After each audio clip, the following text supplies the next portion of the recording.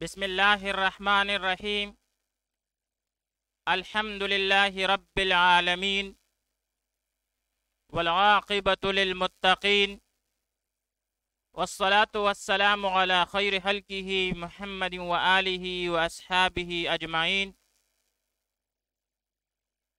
آج شرح نحومیر میں ہمارا 57واں سبق ہے، جس میں ہم توابع کی دوسری قسم یعنی تاکید اور اس کی اقسام کے بارے میں تفصیلاً پڑھیں گے۔ آج کی سبق میں ہم جن اہم موضوعات کو زیر بحث لائیں گے وہ یہ ہیں: تاکید کی تعریف اور مثالیں، تاکید لفظی کی تعریف اور مثالیں، تاکید معنوی کی تعریف اور مثالیں، تاکید معنوی کے الفاظ کی تفصیلی وضاحت، تاکید کے مقاصد،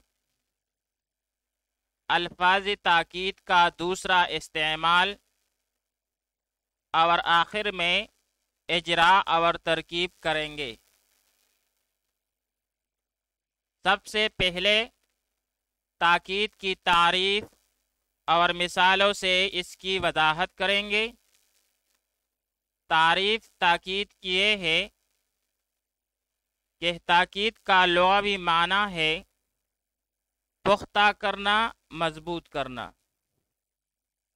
تاکید کا لغوی معنی ہے پختہ کرنا، مضبوط کرنا، اور اصطلاح میں تاکید اس تابع کو کہتے ہیں جو اپنے مطبوع کی حالت کو نسبت یا شمول میں مضبوط یا ثابت کرے، تاکہ سننے والے کو کوئی شک و شبہ نہ رہے۔ اصطلاح میں تاکید اس تابع کو کہتے ہیں جو اپنے مطبوع کی حالت کو نسبت یا شمول میں مضبوط یا ثابت کرے، تاکہ سننے والے کو کوئی شک و شبہ نہ رہے۔ تعریف سے واضح ہے کہ تاکید جو ہے یہ اپنے مطبوع کی حالت کے نسبت کو یا شمول میں اس کو مضبوط کرے گا۔ نسبت یعنی مسند اور مسند الیہ کی طرف جو نسبت ہے، اور مقصد بھی تعریف میں آ گئی۔ تاکید کا مقصد یہ ہے کہ سننے والے کو کوئی شک و شبہ نہ رہے، مجاز، سہو اور غفلت کا احتمال نہ رہے۔ مثال کے طور پر نسبت کی مثال جس میں مسند الیہ کو پختہ کیا گیا ہو، جیسے جاء زید زید، تو یہاں پر زید جو ہے یہ مسند الیہ ہے اور جاء مسند ہے، تو یہاں پر زیدن کو دوبارہ ذکر کر کے اس بات کو پختہ کیا گیا ہے کہ زید ہی آیا ہے۔